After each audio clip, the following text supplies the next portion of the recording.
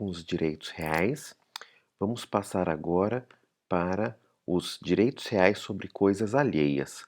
Falamos sempre, aqui nos direitos reais com alguma relação ao direito de propriedade.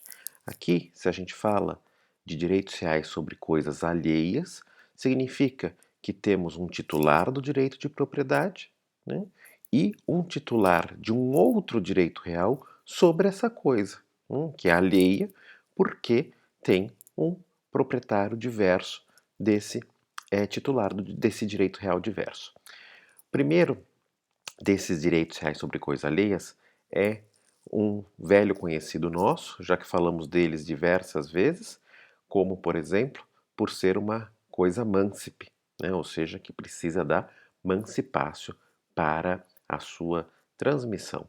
E nós vamos começar então com esse grupo que são chamados direitos reais sobre coisas alheias de gozo. O primeiro deles são as servidões prediais. Servidões prediais podem ser definidas como um direito de um proprietário do prédio dominante sobre o prédio serviente. Ou seja, é um direito real, diverso daquele que é o direito de propriedade, mas que tem como o proprietário de um prédio dominante sobre o prédio serviente. Por que a gente vai usar essa terminologia? Por quê? Porque o prédio serviente vai ou fazer alguma coisa ou vai permitir que o prédio dominante faça sobre ele. No direito clássico, a gente tem o princípio da tipicidade, ou seja, que as servidões prediais são aquelas que são determinadas pela lei. E já no direito justinianeu, a gente tem o princípio da livre disposição, ou seja, as partes podem fazer esse, essa servidão do jeito que elas quiserem.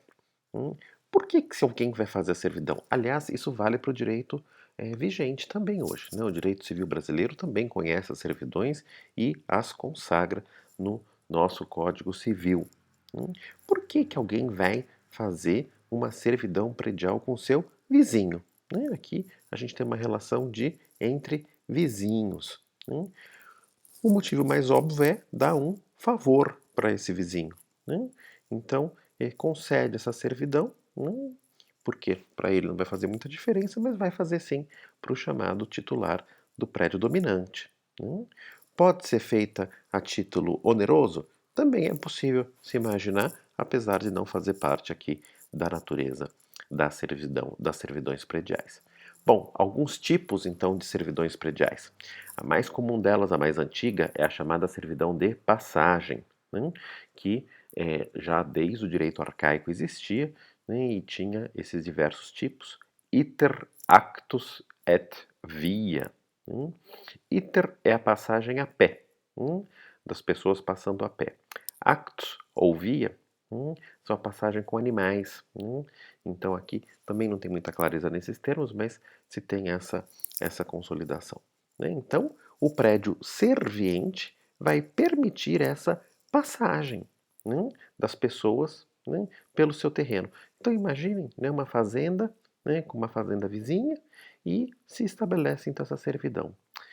Importante a gente lembrar aqui, nós não estamos falando aqui da chamada passagem forçada, que é uma limitação legal ao direito de propriedade. Se tem um terreno que não tem acesso à via pública, ele tem direito a esse acesso por meio de uma limitação legal ao direito de propriedade, ou seja, não é uma opção. O prédio que está barrando essa passagem vai ter que deixar o outro passar. Aqui não, as servidões são sempre consensuais, são convencionadas pelas partes. Por isso que a gente pode falar também que as servidões são limitações convencionais ao direito de propriedade.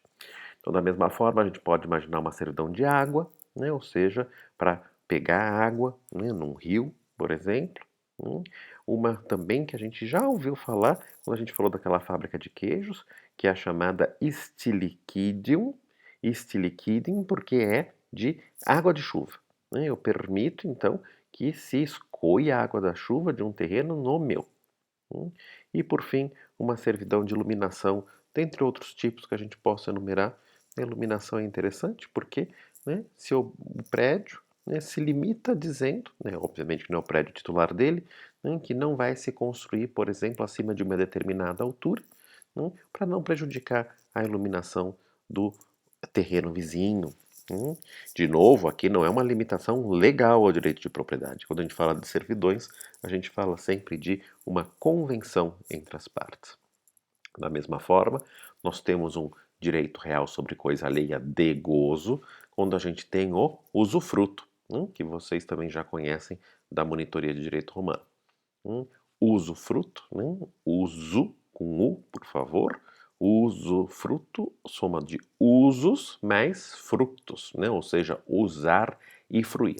Isso dá ao usufrutuário um amplo direito, que ele vai poder usar e fruir da coisa desde que não altere a substância dessa coisa. O usufruto também é sempre inalienável e intransmissível, ou seja, ele é também limitado no tempo, então ele vai ser no máximo vitalício, até a morte do usufrutuário.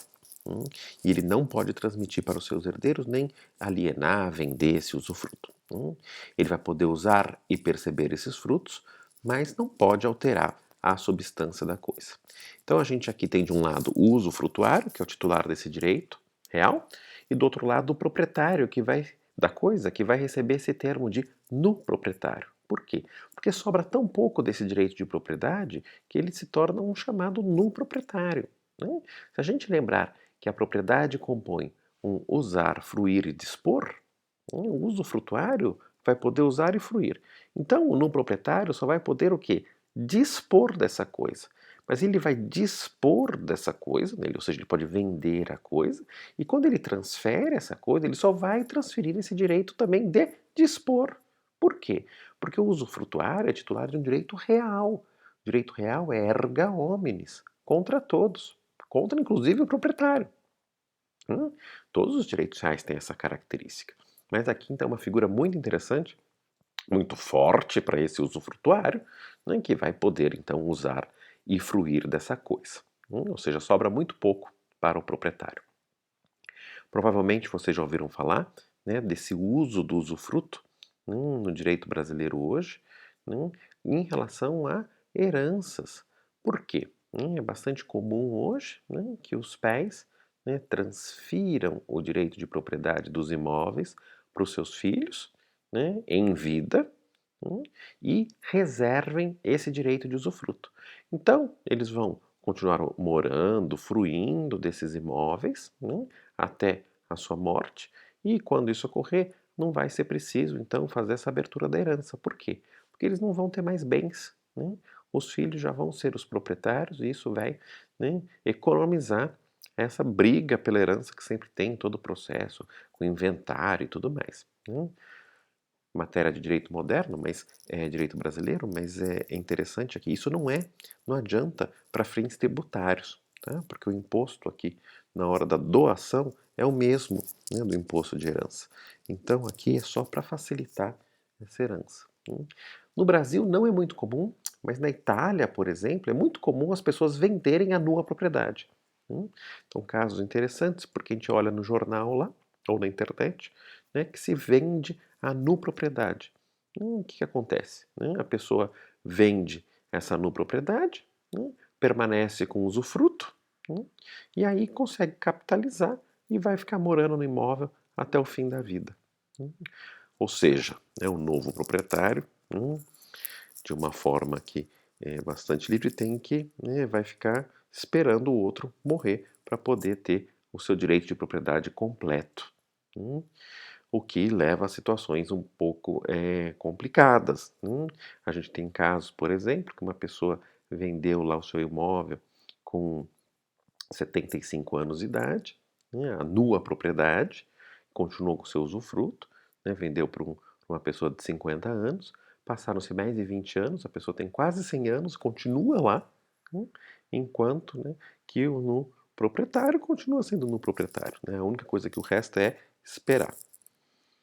Ainda, nos direitos reais sobre coisa alheia de gozo, temos a figura da enfiteuse.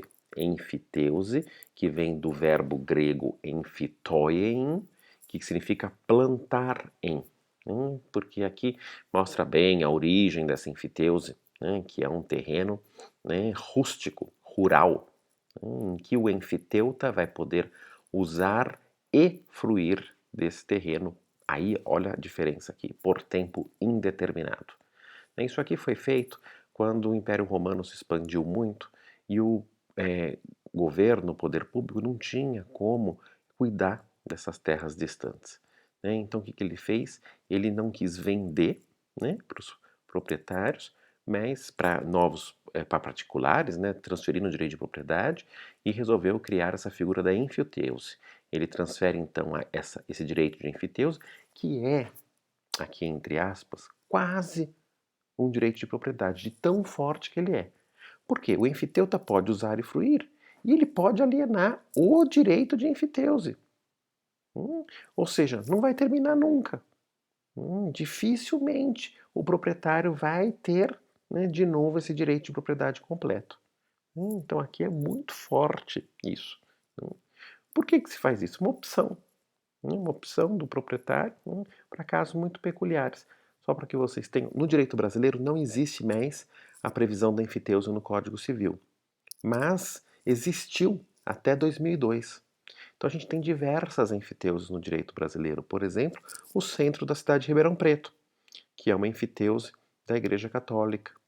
Tá? O proprietário é a Igreja Católica. Não sei se algum de vocês é da cidade de Jales, né? A cidade de Jales também é uma enfiteuse, né, da família que criou a cidade. Então a gente tem diversas situações, os terrenos na orla marítima brasileira são enfiteuse também, da Marinha. Não tem direito de propriedade. Mas é como se fosse. Por quê? É muito forte o direito do enfiteuta. Saindo aqui do direito brasileiro, porque a gente volta aqui para o direito romano, no direito brasileiro não tinha essa questão de ser rústico, né, de ser rural. A enfiteuse no direito romano é sempre rural. E prevê que esse enfiteuta pague anualmente, né, uma quantia chamada cânon, que tem um valor que é acordado entre as partes.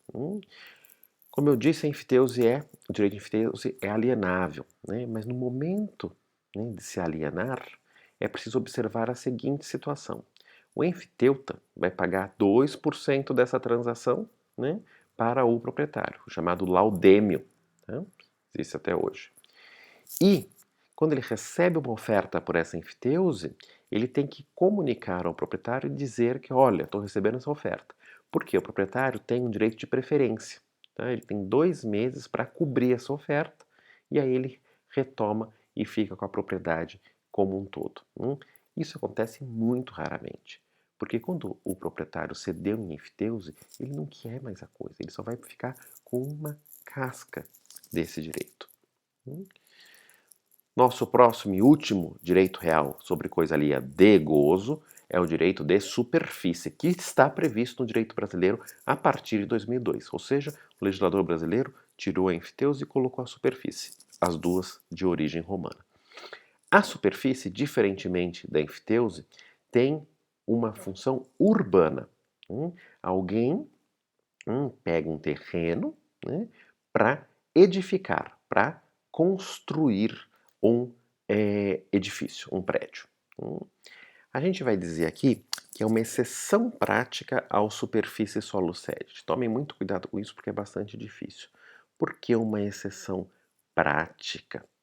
Porque o princípio superfície solo sede diz o seguinte, que o que for construído em cima do terreno será do proprietário do terreno.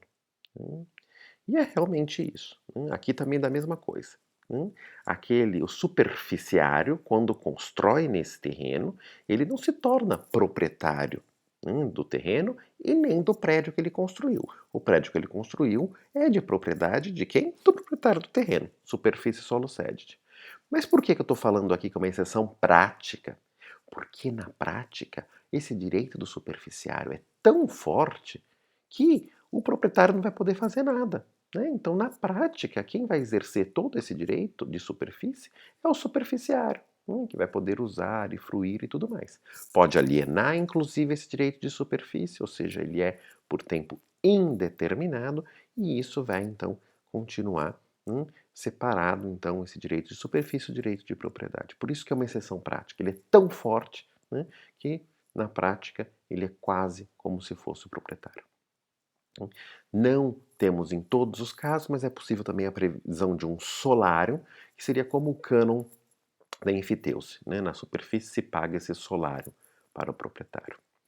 Muito bem, nós vimos aqui então os direitos reais sobre coisa alheia de gozo, e o nosso próximo tema, o último tema dos direitos reais, são os direitos reais sobre coisa alheia de garantia.